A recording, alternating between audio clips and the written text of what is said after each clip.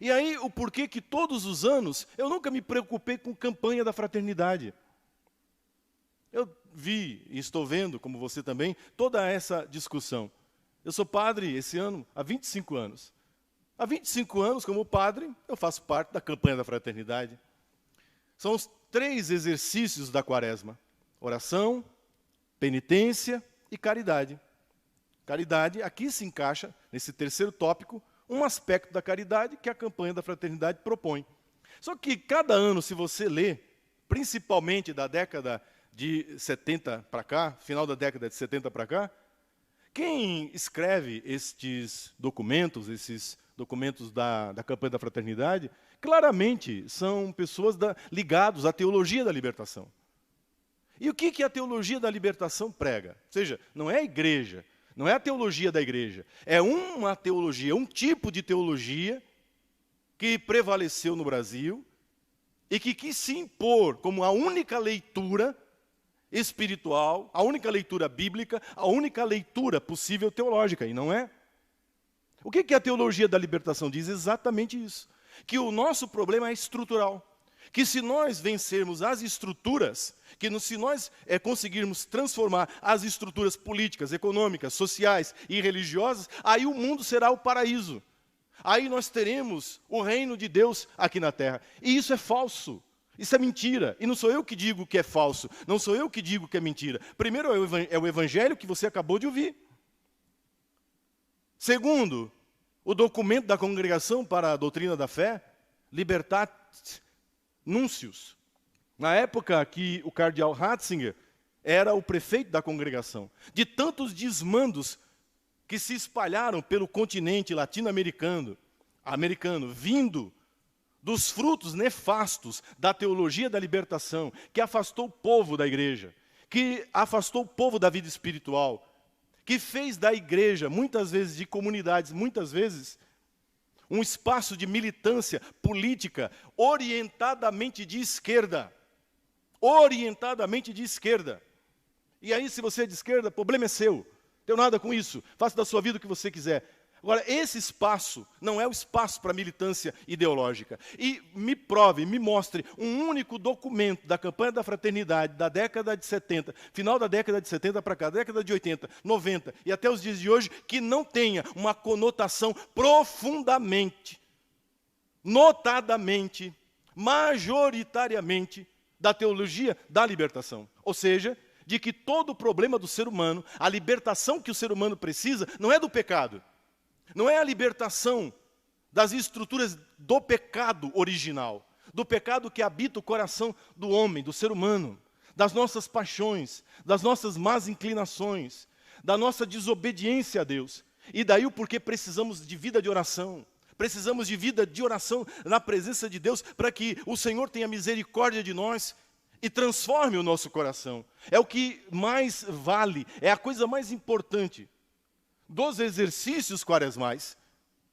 É o que Bernadette faz quando ela não entende o que está acontecendo. Ela reza, ela se põe em oração. Essa é a primeira atitude do cristão, diante de um mundo com estruturas que são contrárias à vontade de Deus.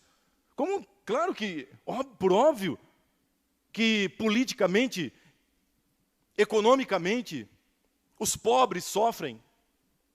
Há discriminação racial no nosso país? Há. Com certeza. Há homofobia e que precisa ser combatida.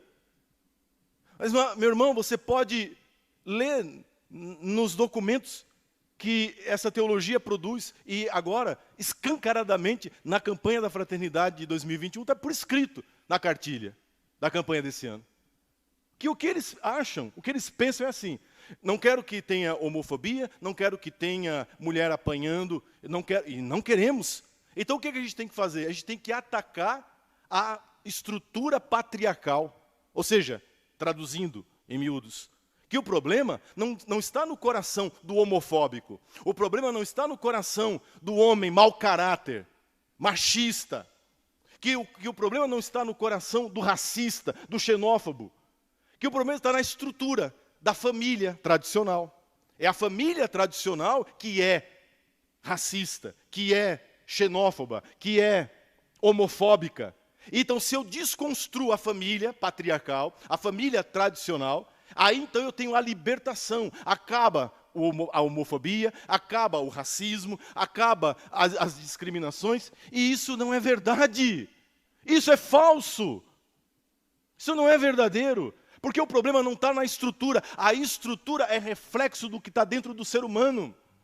É o nosso coração que está podre, é o nosso coração que não está sadio, é o nosso coração que está doente, porque não reza, porque não fazemos penitência, porque não nos arrependemos dos nossos pecados, porque não buscamos o Senhor, a sua palavra. Porque não buscamos o Senhor e a sua palavra, nós refletimos no mundo, nas estruturas do mundo, aquilo que está carcomido no nosso coração. É isso que Jesus disse. Vocês acham que o problema está fora? Olha, não pode comer isso, não pode comer aquilo. Olha, a sinagoga é isso. Olha, o problema do templo é aquilo. Aliás, é isso que eles dizem. Leia qualquer documento da teologia da libertação, qualquer livro dos autores, que eu não vou dizer o nome aqui. Eles dizem exatamente isso, que Jesus Cristo era um revolucionário. Jesus Cristo era um ideólogo político e que ele morreu não para salvar os nossos pecados. Não porque ele se entregou para a nossa salvação, mas porque agitando e revolucionando o seu tempo, mexendo na consciência das pessoas, ele comprou briga com o Império Romano. Ele comprou briga com as estruturas políticas de poder do seu tempo, e por causa de questões políticas, sociais e econômicas, é que ele foi morto. E, portanto, se nós queremos estar no segmento de Cristo, nós temos que repetir o que Cristo fez. Ou seja, entrar em conflito político, social e econômico. Quem ensinou isso? Foi Jesus de Nazaré? É na Bíblia que você encontra isso? Não, meu irmão. Você encontra isso no Capital de Karl Marx, você encontra isso na doutrina comunista, a luta de classes, você encontra isso em Adorno, em Horkheimer, na escola de Frankfurt, você encontra isso em autores, você encontra isso na cartilha de partidos de esquerda, mas no Evangelho não. Esse não é o Cristo a quem eu amo, esse não é o Cristo a quem eu sirvo, esse não é o Cristo que libertou a minha vida. Por causa de um Cristo agitador político, por causa de um Cristo revolucionário, sabe, do seu tempo, há 30 anos, pelo menos nesse país, sequestraram a Semana Santa em muitas paróquias. Não nas minhas, não na minha paróquia, nunca. Nunca deixei de tratar o tema da campanha da fraternidade, mas sempre colocando o tema no seu devido lugar. Impossível passar uma campanha, o tempo da quaresma, 40 dias falando sobre o problema da água poluída, de que tem gente que está roubando a água, que o agronegócio, quer dizer, colocando o povo da cidade contra o povo do campo, o povo do agronegócio. O que é isso? É luta de classes. Estava escrito isso no documento da campanha da Fraternidade da Água? Estava. Vocês me ouviram tratar disso aqui nas missas? Não. Por quê? Porque eu tenho critério, que eu tenho bom senso, porque eu sei que por trás daquele documento está um tipo de teologia, está um tipo de mentalidade, que infelizmente, imperou dentro do secretariado, dentro das secretarias, dentro daqueles que são os responsáveis por executar os documentos e textos. Campanha ecumênica, mas espera aí, mas a Igreja Católica está presente? Um padre, um teólogo, que não seja da teologia da libertação, fez parte da confecção? Não, não fez. Então não tem ecumenismo. Você juntou 4 pastores protestantes, um padre, ou não sei quem foi, um teólogo ortodoxo, e um padre católico da teologia da libertação, que a gente sabe o nome, endereço e telefone de quem foi. Eles creem nas mesmas coisas. Eles acreditam nas mesmas coisas. Sabe o que seria uma campanha ecumênica? Chama os batistas para conversar. Chama a Universal do Reino de Deus. Chama. Chama a Assembleia de Deus, que é a maior igreja evangélica do Brasil. Sabe por que não chama? Porque eles são conservadores. Porque eles são contra o aborto. Porque eles são a favor de uma família estruturada sobre os valores bíblicos. Então eles não vêm, porque não combina, entende? A mentalidade desses evangélicos, que são 99%, em comparação a esses que fazem parte, que confeccionaram, que são 1% dos evangélicos do Brasil, que representam na própria igreja evangélica uma minoria. Não são as estruturas. Santa Bernadette é a prova disso. Essa menina tinha tudo para ir para a marginalidade, para se transformar numa prostituta, para vender o corpo dela num cabaré francês, como haviam tantos naquela região. Bernadette Sobiru era para ter se criado com ódio da família, com ódio do pai, com ódio da mãe, com ódio dos irmãos, talvez fazendo parte de um núcleo anarquista, um núcleo bolchevista, né? Um núcleo que havia naquela época, do Partido Comunista Francês. Não. Uma menina, uma moça que se abre para a graça de Deus e que compreende que o problema está no paraíso. Começou quando o ser humano fez a sua primeira opção e fez errada. E fez egoisticamente. Se a troca, a mudança de estrutura econômica, política, social, trouxesse o reino de Deus para essa terra, a Suíça seria o reino de Deus. Os países da Escandinávia seriam o reino de Deus. O Japão seria o reino de Deus aqui na terra. Porque política, econômica, socialmente, eles estão muito bem estruturados. A Finlândia tem o melhor IDH do mundo. Mas a Finlândia não é o reino de Deus na terra. Quando nós olhamos a aplicação, escute, a aplicação dessa cartilha marxista, da luta de classes, quando esta política, quando essa economia é aplicada, o que nós vemos é genocídio, o que nós vemos é morte, o que nós vemos são governos totalitários e criminosos, aqui pertinho de nós, fazendo fila para comer sobra do supermercado, aqui pertinho de nós. Entende? Como assim? E Bernadette, entendendo isso, compreendendo isso, se ajoelha diante do sobrenatural e entrega a vida inteira a Deus, pelas mãos de Nossa Senhora. Vocês acham que essa mensagem não é para os dias de hoje? Vocês acham que Nossa Senhora de Lourdes não tem uma mensagem atualíssima para esse momento que estamos vivendo? Bernadette viveu a vida inteira doente, fisicamente doente. Quando ela ficou paralítica na cama, uma freira chamou o padre para dar a unção.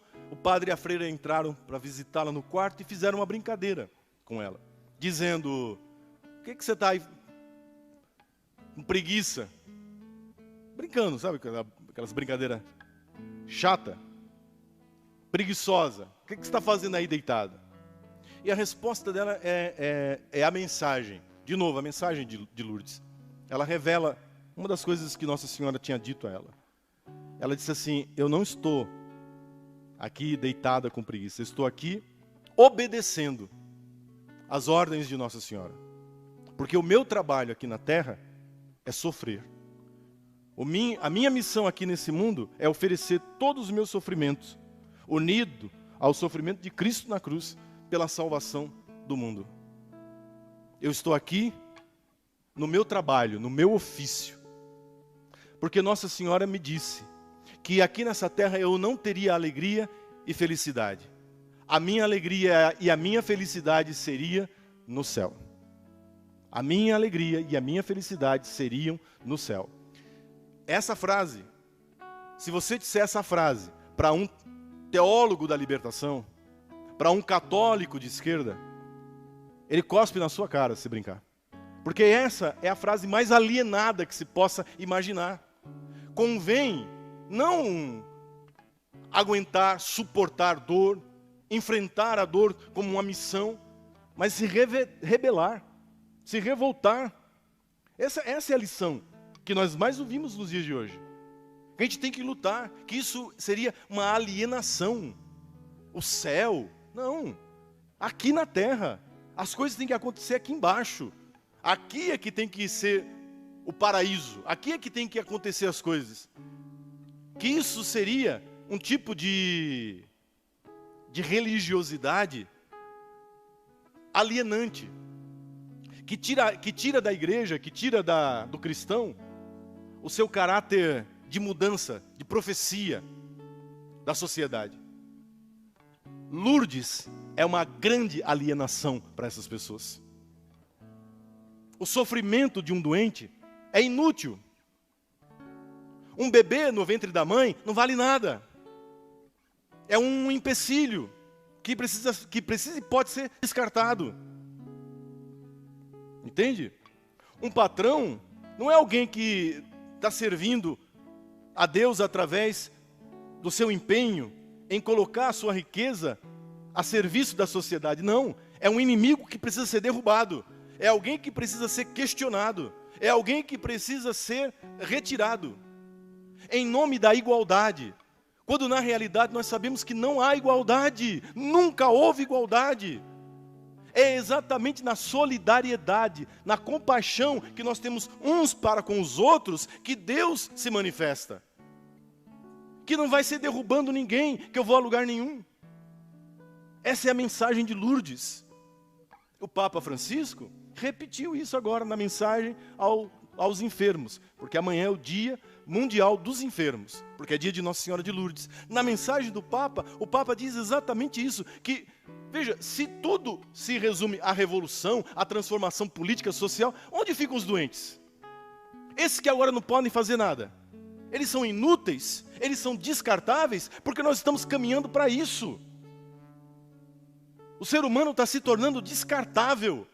Se ele não é um agente de transformação, se ele não é um agente político, se ele não é um agente social, então não serve, não tem serventia, pode ser eliminado. Olhe, veja a que ponto nós chegamos. Veja para onde a humanidade está caminhando. De um lado, esse capitalismo selvagem, entende? Que só vê dinheiro, que só vê lucro, desalmado, sem coração. E do outro lado, o ódio, o ressentimento, a revolução. Nenhum dos dois querem o que Jesus trouxe. A transformação do coração. A transformação da vida. E é isso que nós queremos pedir nessa noite. Por intercessão de Santa Bernadette. Eu não vou falar mais desse assunto. Está gravado. Quem quiser, pegue de novo. Se alguém está achando que não vai ter campanha da fraternidade na paróquia, vai. Eu pessoalmente vou fazer, via Zoom, para todo mundo poder participar. Nós vamos ler o documento e vamos criticá-lo. É isso. É isso. Você está entendendo? Nós não temos que fugir de briga. Nós não temos que fugir do diálogo. Nós não temos que fugir com medo. Nós temos que encarar essa gente. Dar a eles a resposta que eles merecem ouvir. Se eles tiverem o atrevimento de colocarem uma pastora luterana, abortista, feminista, para escrever um documento que vai ser usado pelo povo católico, então eles também têm que engolir a resposta do povo católico. Eles têm que engolir. Eles têm que saber que dentro da Igreja Católica tem quem pense diferente. Tem quem pense diferente. Que dentro da Igreja Católica existem pessoas também que tem tarimba, que tem traquejo filosófico e teológico, para poder discutir a nível com eles, de igual para igual. Nós não temos que ter medo. Os tempos são muito estranhos, mas olhe o exemplo que nós temos. Essa moça é um exemplo. A coragem dela nos anima.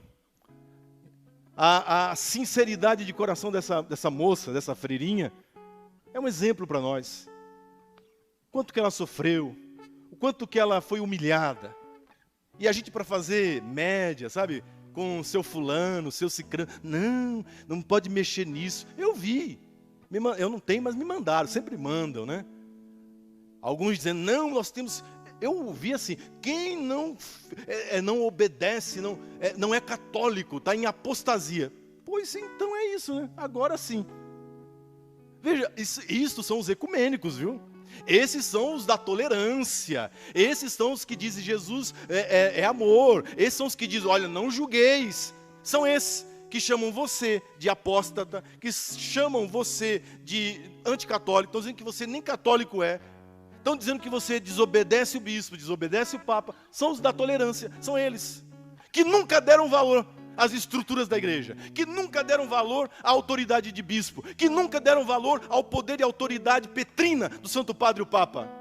Eles vêm ditar. Para nós, católicos, o que é ser católico?